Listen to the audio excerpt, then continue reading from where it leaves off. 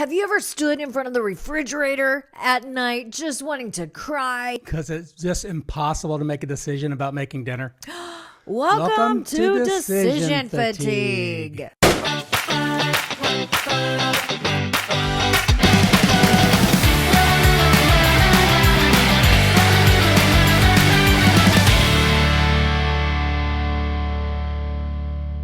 I'm Jana. I'm Jason. And we are living lucky. You are too. We're talking about decision fatigue. I've got it. I've got it. Can you feel it? I couldn't decide today which toothbrush to use. You got too many toothbrushes. No, it literally was like, I should use the one that oscillates I should use mine, in a or I should use circle. Jason's. No, it wasn't that. I've got one that moves in a circle, and then I have one that goes just this way, one that you hold, and it's just manual. I just have a manual one, and then I have one that I stole from the airline that I actually the little like. tiny one that just fits in your little purse. No, because it fits down in those. It's that first class toothbrush. That's good. It fits behind these front teeth, and I like that. Yeah, that little tiny mouth. At any rate, these sound like first class problems. I understand that. But I cannot make a decision because I am tired of making decisions. It's funny. It's sometimes, and decision fatigue will sneak up on you. It will, and sometimes it sneaks up on you every day, and sometimes it sneaks up on you in a season. It doesn't help that I don't feel well. Yeah, that does not help at all. And I have to tell you, I mean, just getting up, getting dressed, trying to decide what we're going to wear today. And I know you laugh because it's funny. Like it's that hurt funny. It's like hitting your funny bone. Like I'm on the verge of crying. Nothing funny about hitting your funny bone. Hurts. But you kind of laugh because it hurts, and it's like, this hurts, but yes. You laugh at it. Yeah. Why do we do that? I don't know. I think that's why we call it the funny bone, because it's because it's definitely not funny. It is not funny when you hit it, but this is kind of decision fatigue when you become aware of it, and you're like, oh wow, this is what I'm suffering from. I'm not lazy. I'm not unmotivated. No, I can't make another freaking decision. I have literally asked you like 3 times this week. You're going to have to tell me what to do this week because tell me. I can't even function. Yeah. Well, I don't even know what I'm supposed to be doing. Well, first of all, you're welcome for the sickness that I've passed on to you. Yeah, thank you. Thank you for that. Which everyone who's ever been married understands this. If one person in the relationship comes down with the crud, many times, most of the time, almost all the time, it's going to pass to the other person. Yeah. Sometimes it doesn't, but most of the time it does. Oh, it does. It does. But part of that is we're spending a lot of mental energy fighting, like focused on getting better. Like that is feeling, true. Like that, just feeling better. That is true. And then but I know that other people are feeling this too. Yeah, 100%. It's not just us. And we have decision fatigue even not in a state of sickness. And if you have kids, I know that it's probably exacerbated to the 10th degree. I almost said masturbated to the 10th degree. Well, that too. If you've got teen boys, probably. You know, gosh. The situation is sometimes we have to just figure out where are we spending that energy and how do we automate some of it? Because you mentioned earlier today, like, hey, we've let our routine take a dump, like just completely We really go. have, because we were traveling and then we got sick. And it kind of feels like we've been adding some new our habit is things. So we've been adding new clubs that meet at times where they meet at night and at different times that I'm not used to being awake. So my sleep schedule has changed. And when we travel, we tend to allow ourselves that forgiveness of allowing the routine to slide. I don't know. I know that I need to do a little shake me up. I'll shake you up. But I also have realized, like, I cannot decide. I mean, Tater will come to me in the middle of the night, and I'm like, I don't know what you want right now. Use your words. Use your words, dog. I'm so sorry, and I can't make a decision for myself. And I cannot make a I don't know if decision I for want to you get right out now. of bed and take you to go to the bathroom or get some water. 'Cause our dog, just in case you didn't know, requires fresh water. She can't have a bowl that's been sitting there for 3 hours. So decision fatigue is a thing. It is real. And a lot of people feel it. And I mean, just things that you wouldn't even think that I would be thinking about. I know you said automate things. Well, we were having our meals delivered to us. We still have to cook them, but we were having our meals delivered to us. So at least I didn't have to decide what we were going to have for dinner. But one of the things you mentioned earlier was when we eat, because that used to be like we knew that we would. But that has slid. It has slid. So now we're kind of deciding in the day, when do we feel hungry? And then we. And honestly, you're never hungry. Well, You've been on medicine lately. You're never hungry. So I'm always like, are you hungry? Well, are we going to eat anytime so many soon? times we have a decision and we're like, am I hungry now? So we've made a decision, no. And then it comes up again, am I hungry yet? And then I get hangry. Am I that hungry? So we make that same decision multiple times, where when we had the schedule, we knew we were eating and we would just eat. And we didn't overeat. We just ate what was a proportionate. And then we went to the next meal, because we knew if I eat now, typically I will want to eat again in 4 or 5 hours. And then I'll want to eat again in 4 or 5 hours. And that was so simple. It also feels like our schedule has changed with our production and our filming. And so we have been getting dressed at different times. We have been filming at different times. We've been editing at different times. Sick all day and traveling. Anyway, it sounds like we're complaining, and it sounds like we're making excuses. It's just, so let's get into what are the action steps, because this is a problem for a lot of people. And if we're experiencing it, then I know that other people out there are experiencing it as well. And it's little things. Like when we do have off time, we sat and we scrolled Netflix for 45 minutes looking for something to watch, and we couldn't make a decision. We literally could not make a decision on what we wanted to watch, to the point where I'm like, I'm going to sleep. Yeah, and we didn't watch anything. And I just checked out. It was easier for me right now. It was easier for me to check out than to decide. Yeah. And that's real. That's what we talked about. And said, okay, well, let's talk about this on the podcast, and let's come up with yesterday. What are the things that we know get us through it that will help other people get through it? Yesterday, we got a text saying my sewing machine has been fixed.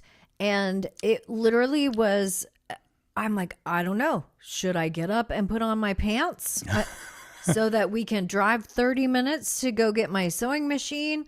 Like, there were so many little steps, it felt. We can get there before they close. And I just got overwhelmed to where I'm like, I can't make a decision right now. Do we take Tater with us? Do we are we going to stop and get food? Are we going to get groceries on the way? What are the things? What other decisions go with it? There was so much that I just was like, I can't do it. You know what? Check out.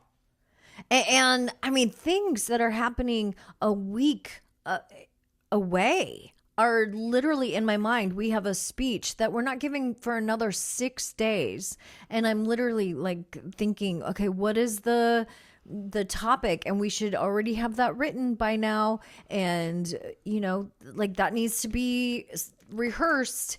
And we don't have our journals done, and we have a meeting on Wednesday. And what are we going to talk about? Like, things are looping back here that I can't even function in the present. So that's what we're here for today. Okay. How do we close some of those loops? Yes. How do we quiet some of the noise, and how do we give our prefrontal cortex, or wherever we're making all those decisions, how do we give that a break so we can just kind of like recharge? Because there is science to all of this. Yeah. I mean, if there is one thing that is shrinking in today's world, it is our attention. 100%. And there is reasons for that, that's a whole other podcast. That's probably a whole number 4 or 5 podcasts that we probably don't need to get into. But there is reasons. How do we bring our attention back? How do we say in the Living Lucky world, how do we get focused on the things that we want so that we can make powerful decisions that move the needle in our lives? But right now, I don't even feel like I have the bandwidth to make a decision. So how do we recover from the current state of decision fatigue? Yes. So I think the first state of recovery is a mental pause, which is fine. Take the mental pause, go outside, go for a walk, get back into sensory mode instead of thinking mode. But the thing with that is we have to give ourselves permission to let go of decisions for an hour. Like nothing is, I am let go of control. I am is that zero what you're saying? tasking for an hour. I do not have to make a decision. So when I'm out walking or when I'm out just enjoying or whatever I'm giving myself permission to do in this space of this hour, I don't have to make a decision. I don't have to think about anything. I get to rest and recharge. That's it. Yeah. I try to do that. It's hard. And I also try to delegate as much as I can, as far as. Oh, I know. I do too, though. Yeah. Honestly, Yeah. So, and thank you. Yeah. So we're both pulling the wagon. So that's the way it is. I think the second thing is prioritizing. So when we get back, write out the things that are like front and foremost, and then write out some of those things that are just kind of weighing deep in the background that are small, because the small decisions take up just as much energy as the big decisions. And we notice that when we're standing at the fridge, and we're going, can't do it, or like when I'm trying to pick out a shirt to wear. Yeah. Like, why do you think, I love matching you. Yeah, I know. But a lot of times it's just easiest. Yeah. Who made the decision first? No decision for me. Yeah. So it's perfect. And I want people to see us as a unified team. So that's it. So let's write it out and then we prioritize. Okay, what's going to be important in 6 days? What's going to be important in 6 weeks? What's going to be important in 6 months? And then we start knocking things off in a timely fashion. So get that brain dump out there and pick those things. And then I also think it's important to be vulnerable and to be able to admit when we're not doing okay. Because I know that I have not been doing okay. And I have literally said it in every way possible that I know how. I have been saying, I do not know how I can make any decision right now. I feel overwhelmed. I feel like I've got way too much going on in my head, and I'm not the go-to person. Right. And it's time to just say no decisions right now. And that's what I'm saying. So if it's more than an hour, it's more than an hour. It can be a whole day. But we have to also give ourselves permission to turn off the meaning maker. I think meditation is a really good way for me to unplug. I've seen it work for you. Like, it is a very specific tool that I see you get clarity, power, and direction from every single time. So yeah, that would be a tool for you. It might be a tool for lots of other people that are familiar with meditation or have used meditation in the past. So yeah, I'd say 100%.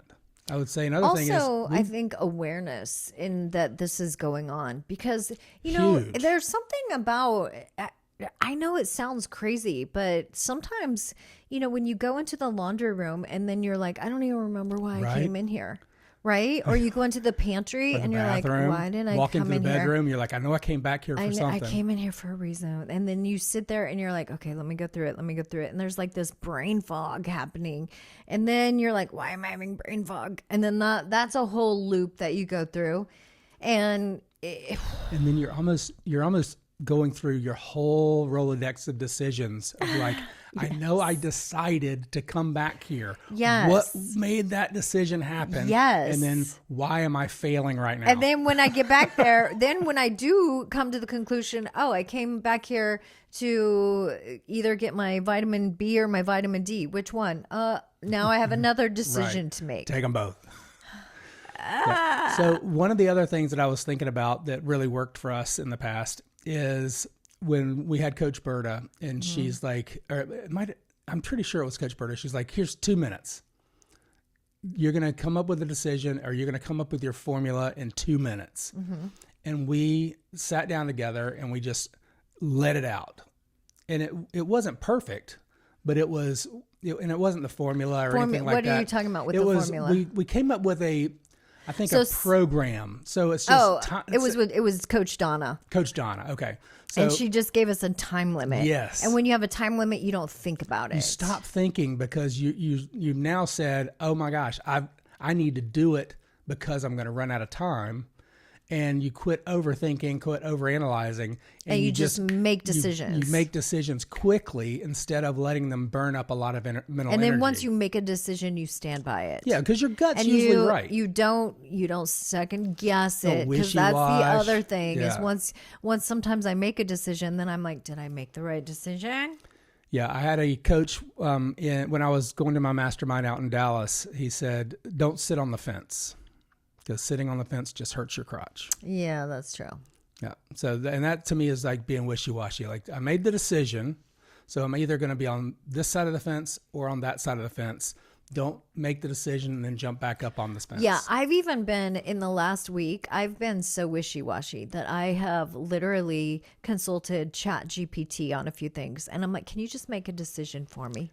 And then ChatGPT will come back with a wishy-washy answer. Yeah, and it's funny. Because it's just reflecting everything that I say to it. And I'll say, Chat, stop being so wishy-washy. But this is the kind of world you love right now. Like, I just want to make you happy, Master. I am getting gaslighted right now. Decision fatigue. It's a real thing. Yeah. It is a real thing.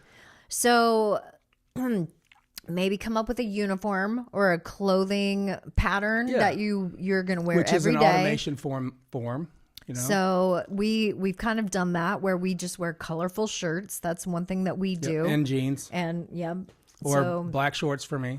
So we've been doing that. Food, we've been having our food delivered, which has been a little helpful. I think it's very helpful. We need to get back into our pattern. Yeah, I think now it's putting the time frame on it of when we're eating during the day, and also getting back into breakfast. So automating some of those decisions, and then take if you're in the middle of decision fatigue, take your break. Give yourself an unplug period. But I think first, one of the biggest steps is if you need to give yourself the unplug period, give yourself the unplug period. Second thing is pick one thing. Pick at least one thing that you can automate for tomorrow. So pick one thing today where you can make tomorrow easier. And then you can just keep doing that. Yeah, sometimes automating, though, just adds a whole nother rabbit hole of decisions to make. What program do I use to automate this? Thanks for joining us. Keep living life. Bye-bye.